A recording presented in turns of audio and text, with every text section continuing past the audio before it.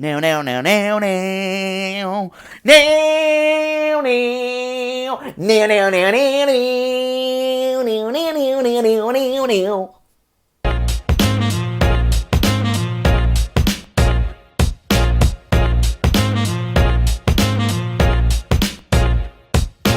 Hello there everyone, welcome back to James Redmond TV, and this is a Europa League review. Now, I haven't watched the Tottenham game or Arsenal game as of time is recording. I haven't watched them yet. That being said, tomorrow I'm doing a live stream at either 1 or 2 o'clock. Check on the channel because at the time that you're watching, it could be scheduled. That being said, we're going to talk about it on that live stream. So make sure you're there and make sure that you smash the likes on this video if you enjoy. And if you want to become a member of the Redmond Army, then subscribe. And yeah, it's that simple pretty much. But before we do get into the action about the Man United AC Milan game and also the Rangers Slavia Prague game, I want to address a video discussed by a few of my mates, to be fair, about the biggest flop of the Premier League so far. Here's the clip. Who is the flop of the season? And I have a bad feeling that my club is going to feature fairly heavily in this debate.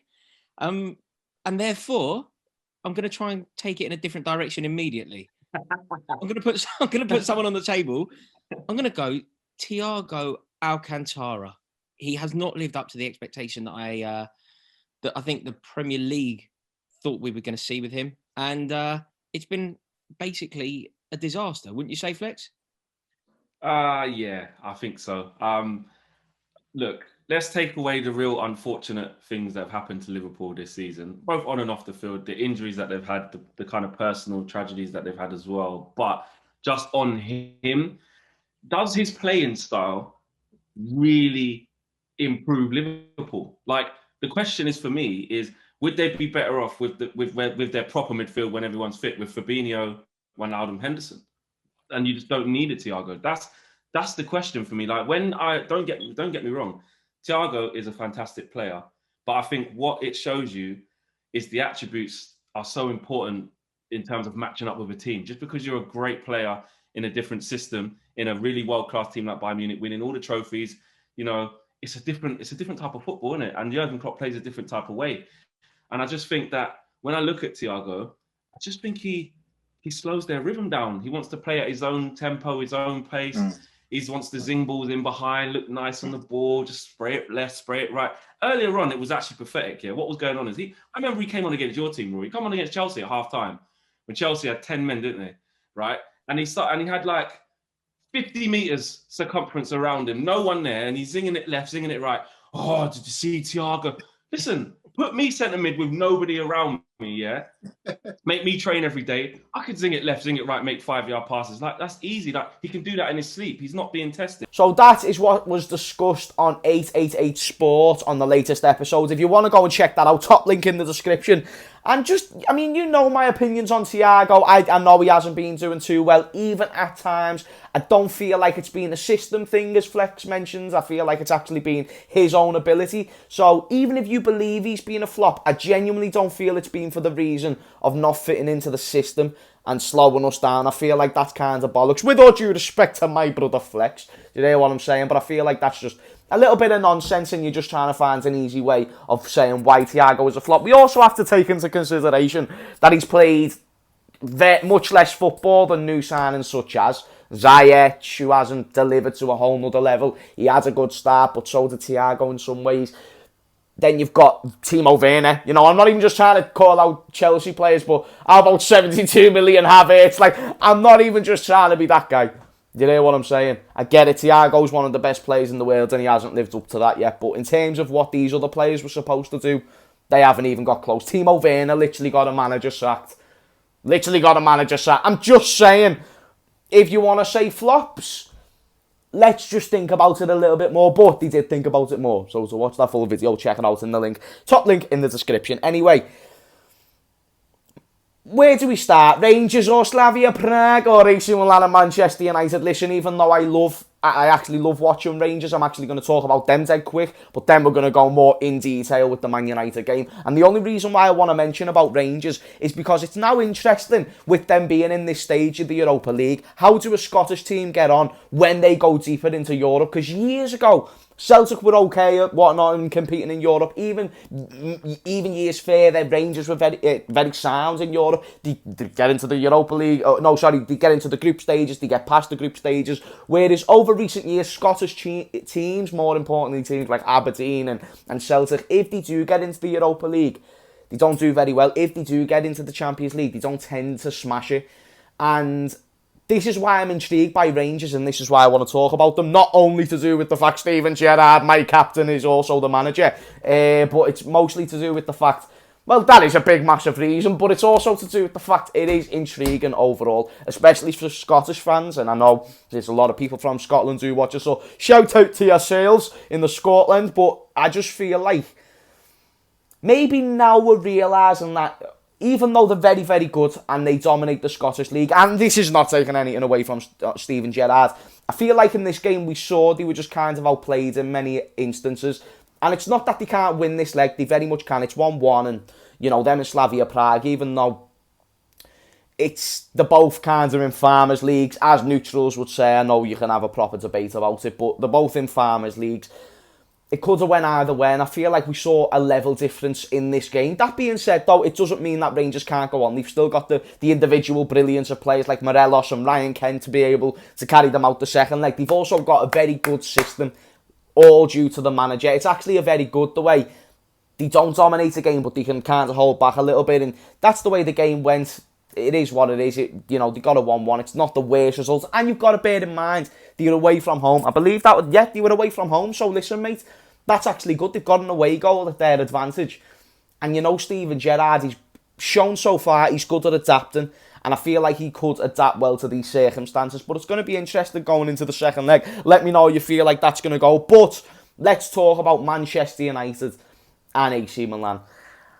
Now, the way the game pans out, I'm actually not that surprised that AC Milan dominated. And it's not clear domination to where they had 35 shots to Man United's 5. I think there was only 4 shots on target for Milan and maybe 2 for Man United. But we saw who had the better system. Not the better players, better system. We saw who was better coached, let's say. And you could see that through the game, don't get me wrong. You've got to give credit to players like Kessie in the midfield, who was dominating for AC Milan. There was also other players jumping in and out of there as well. Even Delo, their right back, Man United's right back actually. But wait, was he playing left back? I'm not sure. Wait, I can't remember where he was playing. I think he might have been playing left back, but he can play both sides. But he might have been playing right back. That being said, he has a very good game for AC Milan, and offensively he looks very, very good. And to be fair, even though Aaron Wan-Bissaka, a lot of people would rate him highly as an individual defender, yes, he is better. Oh yeah, there's Delo on the screen, actually, to be fair to him. Oh yeah, it's right, Diogo Delo. Let me know what position you were playing, lad. There's the interviews that are on right now. That being said, even though many people would hold Aaron Wan-Bissaka in higher regard, and fair enough, Diogo had shown at Man United he was at least a good player. He just never fit in that system. Since going to Milan, he's done very well in Italy, and he's actually shown going forward he's very, very good. So if you can get him in a good system that is defensively good, maybe it could work. And I don't know, maybe I'm chatting shit, but let me know what you think if you're a United fan or a neutral. Would you take him back next season because he looked quality today? And there was the goal in the first half that was disallowed to VAR. Let's be honest, it shouldn't have been disallowed. And I know haters will say, because I'm a Liverpool fan, I'm supporting AC Milan, it shouldn't have been disallowed. And I get it. In today's game, we're trying to say for the second there, it was like all handballs were just getting given as penalties. Now we're reeling it back in and we're like, wait, nah, we can't just give every handball as a penalty. That weren't accidental. It went off his hip, touched his hands, and then he scored a beautiful goal. I would have claimed it watching it live, but watching it on the replay, I would have been honest, and because I do it for our decisions, and I would have said, mate, it's fair. It's not like he's intentionally moved his hand to have an impact on the ball or to try and get the ball in a bit better position for him to shoot. He didn't do that. So it should have been 1-0 to AC Milan, but there was also not much outside of that to the realm of where they looked like they were going to take over the game. Now let's talk about a player that came on at half-time because Martial was injured, in Ahmad Diallo. Now there's been a lot of 38 million Manchester United have signed this kid for, right? And he played very few games for Atalanta. He was highly regarded to an extent, but he only played a few games, so still very unproven. Came into this game, oozed confidence from the word go. Got a great goal. If you haven't saw the goal, I really would recommend that you go and watch it, because it was a great pass from Bruno, all due respect. This is what Bruno does on a regular. He can come up in any moment. Literally, he can have a very poor game, and out of any moment, just create a moment of magic like that. But all the credit that you've got to give to Bruno, you've got to give just as much to Ahmed Diallo for making what was one of the best runs I've saw. Recency bias, but very recently, in the past few months, I feel like you've got to be a very good player to do runs like that, and I feel like Ahmed Diallo just needs game time, and with the right system, he could be something special for sure. And you can't only say it off 45 minutes, but you know when someone's a decent player and you know when someone's not. Diallo looks like a very, very good player to me, and I believe that was his debut, or his longest period for Manchester United so far. I believe he's only been getting like 2 minutes here and there, but very good for him. Other than that, there's not really much that you can talk about when it comes to the game. Maguire missed an open chance. I mean, listen, Liverpool missed 2 sitters yesterday. Manchester United went, "You'll never walk alone," and went ahead and missed 2 sitters themselves. Because it weren't just Luke Shaw who missed one. It was also, no, not Luke Shaw, Harry Maguire. It weren't just Harry Maguire who missed the sitter. It was also Dan James. Great little link-up play between Diallo and Greenwood, I think it was. And Greenwood put a great ball into the box, and I just couldn't believe Dan James. He just didn't put it away. And I'm thinking to myself, wait, what? Like, you're not putting them chances away in a crucial moment, which you need that goal. I believe that would have put Man United 2-0. Yeah, it would have put them 2-0 ahead. Games may be over at that point. Do you get what I'm saying? Possibly the tie. But now, what you've gone and done is you've missed a big chance.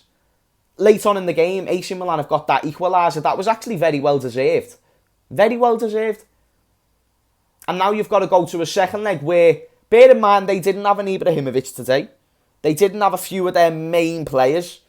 And now they're going into a second leg where them players could be fit again. It's also in Italy, by the way. Man United could have a problem here. They've got the better individuals, but we saw today, if Man United and AC Milan play 10 times, AC Milan control the game, not win the game, but they will control the game probably 10 times out of 10. At least 9 times out of 10. You just saw that. You saw who the better team was on with the ball. It's just who had the better players. So, I don't know if Man United are going to go through. I was always leaning towards AC Milan before the fixture, because people kind of look at Serie A as a farmers league, and to be honest, if we're going to start looking at the Italian league, the first division of the Italian league is the farmers league, then fuck me, mate. Everywhere must be a farmers league, because just because they play a different style doesn't mean they're a farmers league. It's just very not true. The only difference is they don't have the funds to bring the players that the Premier League can. For example, it's not a farmers league. It's, I feel like we've got to give it more respect there. You've got to give respect to the top leagues in world football. Like, people say the French league's a farmers league. It may not be as good as the Prem, but again, they haven't got the funds to do that unless your name's PSG. So, back on topic, because I've lost my train of thought. AC Milan are on in the farmers league, and the seconds, they're above Juventus, who invest a lot of money, and they're just below Inter Milan by, I think, 6 points. And Inter Milan have had a great season, who, by the way, have also invested. AC Milan have got Zlatan up front, and friggin', they haven't got no majors. They've got Tonali, who, when he came on today, has a very good performance. They've got some very good individuals, do you get what I'm saying? They've got a good squad there, but there's no world beaters. Again, Kessie, very good, very good, but no world beaters, no one that you look at and think, fuck me, mate, he could play for some of the best teams in the world. Do you get what I mean? Maybe besides Donnarumma, who's playing in goal, maybe besides Roman Yoli, who's playing at the back, who else really is a world beater? Maybe there is someone that I'm not thinking of that was playing there. But now going back to the San Siro, or wherever the fuck it's going to be, Zlatan Ibrahimovic being back may be a big factor. Now, he's got to actually be back for that game. But it's going to be interesting, and I will put all my eggs in the AC Milan basket, but we also know that Man United can nick a result from anywhere. They nearly done it today, so we'll see how that one goes. Well, people, thank you very much for watching this video. If you enjoyed, smash a like and subscribe also to join the Redmond army. Also, check the 888 video or 888 video, top link in the description. And thank you for watching this one. And I will see you later. Peace out.